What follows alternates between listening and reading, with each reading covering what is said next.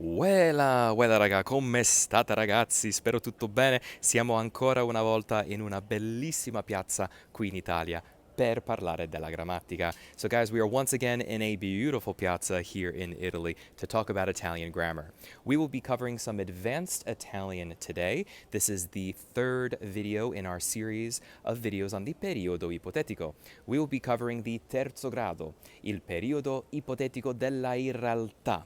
So what does that mean? We're going to be talking about if-then statements, so hypothetical things, and this time we're focusing on things that can no longer change. So this is advanced Italian because you basically need to have a solid understanding of many different areas of Italian grammar in order to master this. It doesn't mean that it's necessarily really hard, because if you've been studying Italian for a while, or if you have at least been exposed to things like the congiuntivo, direct and indirect object pronouns, and then what they look like when they are combined, the present and past conditional, the congiuntivo. As long as you've seen these things, I think also the passato prossimo would be useful.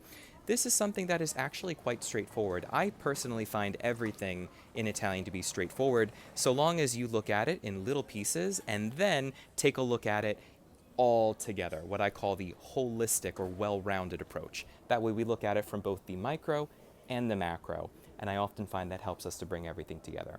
We will be focusing on a very simple equation, pretty much like the most reduced, trimmed down, and bare bones version of how to form a phrase in this third degree of the hypothetical period, which is the congiuntivo tra passato plus the condizionale passato. Those are the two main forms of verbs that we're going to be looking at. And then once you have that bare bones small little equation, you can feel free to add whatever you'd like before or after or in the middle of your statements. You can really get as fancy as you'd like. We're going to try to keep it pretty straightforward as we are introducing this topic. If you guys would like to see something more complex and more lengthy, feel free to let me know in the comments section and we can put a video together. So what is the congiuntivo tra passato and the condizionale passato, and why are they important? Well, this is because we're talking about things that had already happened. So in English, we're going to be using a lot of had happened, had done, and so on. And when we're talking about the condizionale passato, this is when we're talking about things you would have done, could have done, should have done. So that's just a little bit of background. Let's get right into an example. Se avessi saputo la risposta, perché non me l'avresti detto? Maybe we should add in the to there. Se tu avessi saputo la risposta, perché non me l'avresti detto? So this means if you had known the answer or the response, why didn't you tell me? Literally, it means why didn't you tell me it? But I don't feel like I'd say that very often in English. However, you can feel free to do so if you'd like. So this is a very clear example of how we do in the first clause, the first half of our sentence, congiuntivo tra passato, and in the second clause, the second part of the sentence, we use the condizionale passato. You can feel free to reverse the order of these clauses if you wish. You could say, perché non me l'avresti detto se sapessi la risposta, se tu avessi saputo la risposta.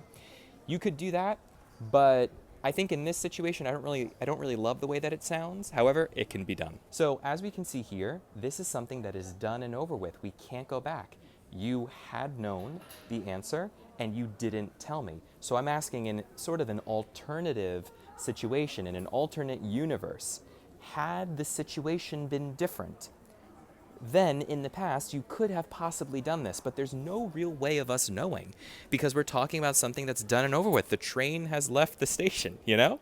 Maybe we should use an example with the train leaving the station. Maybe we could say, se il treno non fosse partito, l'avrei potuto prendere. Yeah, we could say that. Se il treno non fosse partito, l'avrei potuto prendere. Which means, if the train hadn't left, I could have taken it.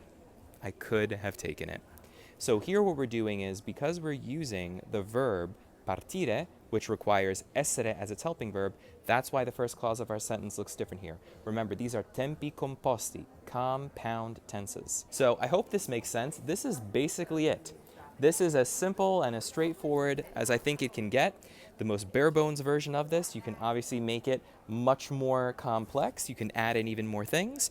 I will share with you guys my famous example that I have used for probably well over a decade at this point. I share it with everybody when they say, Tom, can you show me one of the most complex and advanced forms of Italian? I go straight for this sentence. It's also my reference phrase or my model phrase that I use whenever trying to think of other examples, and I use it as a teaching aid. So therefore, I'm teaching right now. I'm going to share it with you guys. So we have, se avessi saputo che saresti venuto, avrei preparato più cibo. Se io avessi saputo che tu saresti venuto, avrei preparato più cibo.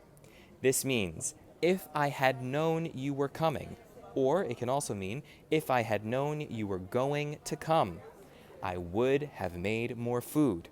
Now, I always then joke, because this is never something that would happen. I would always have enough food if I was having a party and you were invited. Even if I wasn't expecting you, I would still have enough food, because you never know.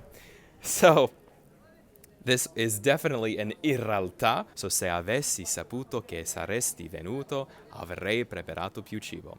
Looks pretty nice, right? Because the past conditional can also be used to say things like not only that you would have come, but that you were coming. So it's pretty cool stuff. You can spend a lot of time trying to work that out in your mind, because it took me years to work that out in my mind. So I'm with you on that. I feel you. So this is just one example. You can then start including object pronouns, double object pronouns. You can start including some filler words and phrases. You can include a ma at the beginning, a be, or at the end, immagino, veramente, giusto, anything you'd like. So yeah, that is going to be it for today's video, guys. Let me know what you think down below in the comments section, and if you have any questions, make sure you take a look at the description bar so that you can see any important videos or blog posts that will better help you to understand this topic. And I'm so happy we got to spend some time today in this beautiful piazza to film a great video on advanced Italian. Always remember to spread the love, guys, and I will catch you all in the next video. Ciao, ciao!